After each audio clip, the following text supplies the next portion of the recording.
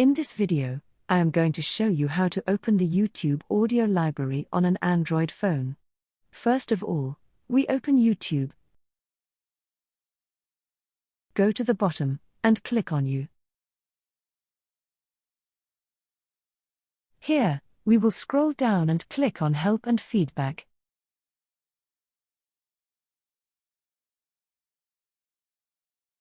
After that, click on the search bar and type YouTube Audio Library.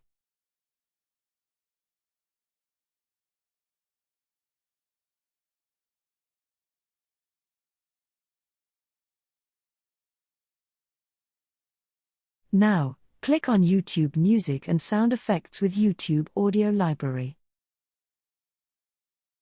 After that, click on the YouTube Audio Library link.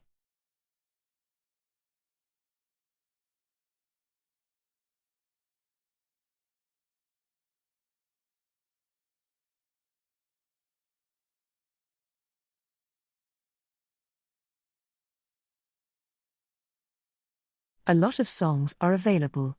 You can download any song by clicking here, and the song will be saved on your mobile.